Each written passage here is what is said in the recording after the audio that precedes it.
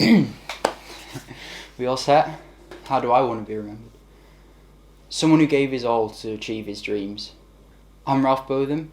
I'm a 17-year-old student at the Manchester College. I'm currently in my first year of the Film, TV, Broadcast and Broadcast Journalism course. Since I was a little kid, I always wanted to work in the industry.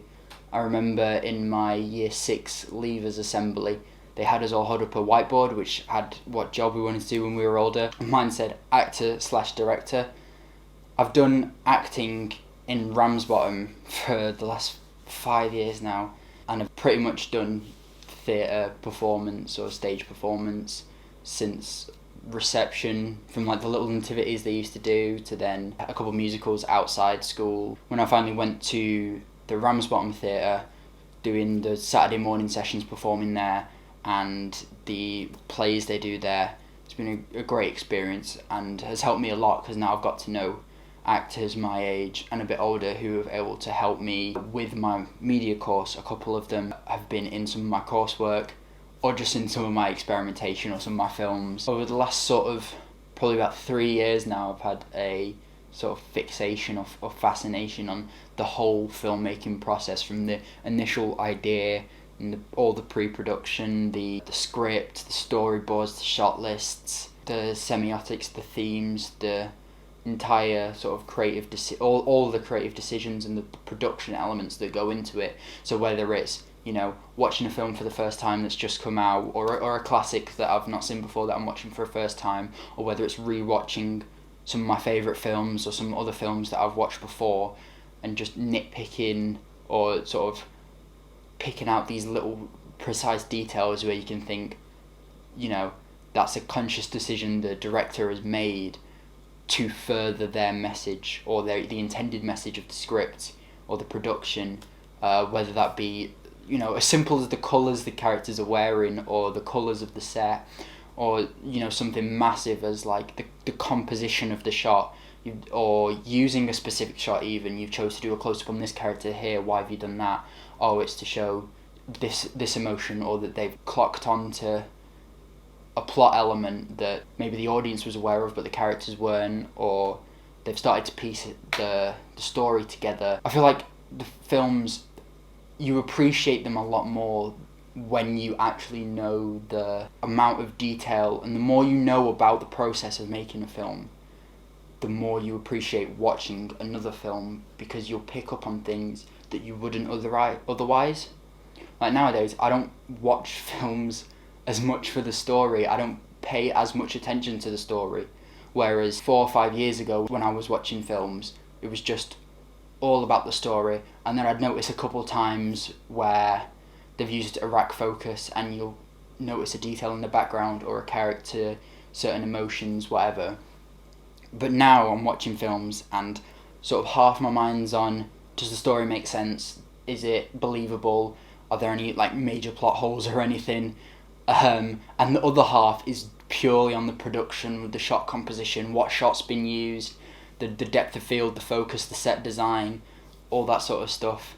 And that's all come pretty much from this course, essentially, or from my own personal research, or whether that be on YouTube or on Studio Binder or just Googling on Wikipedia or whatever. I've always had sort of an overarching passion for storytelling in terms of like myself. So when, you know, I was on the playgrounds in primary school, I was always doing these like little stories in my head, and everyone, well, most people looked at me a bit like, what's he doing? Is he a bit old for this now? You know, getting into the late years, obviously.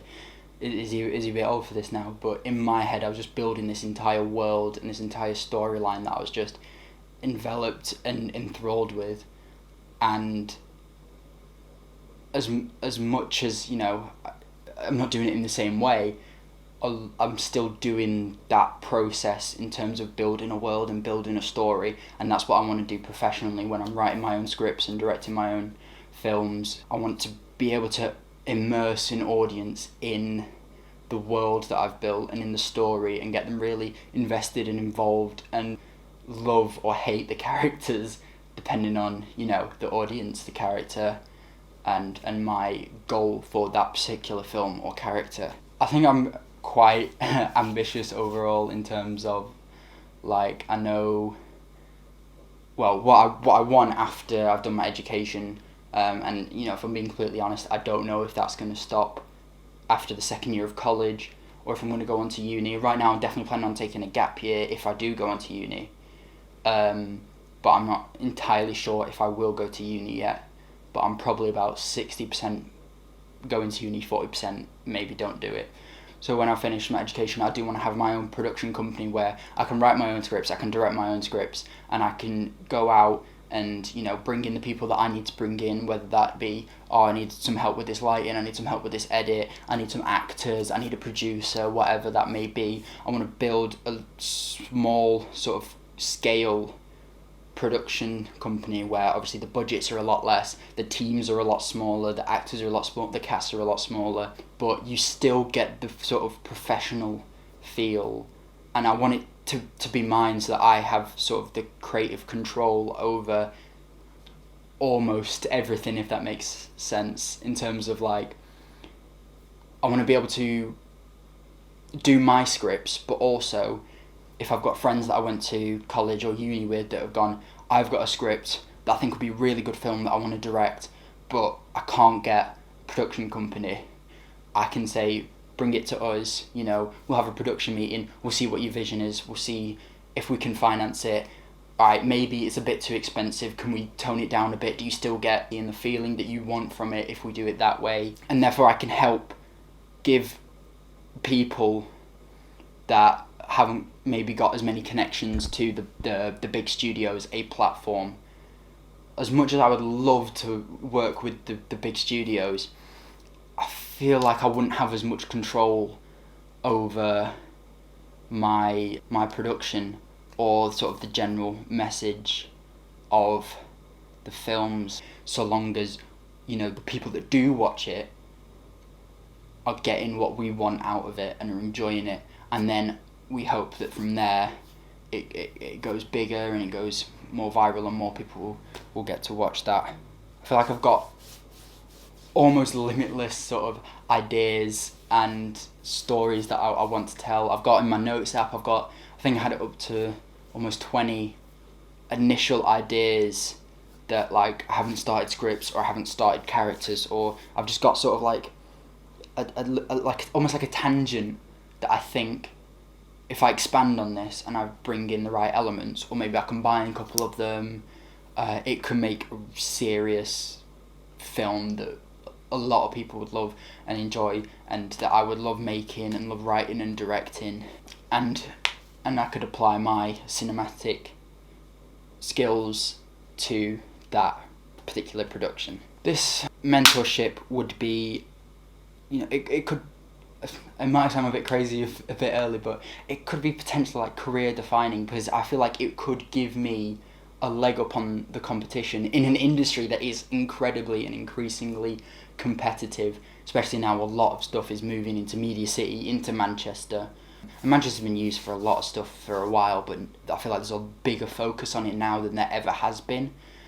And I feel like having that sort of connection to a active professional who's been through the steps that I'm looking at taking and is able to give me the advice, you know, warn me of the pitfalls or of sort of the risks and the rewards of certain decisions, I feel like it could give me that extra boost on other people that wouldn't get it.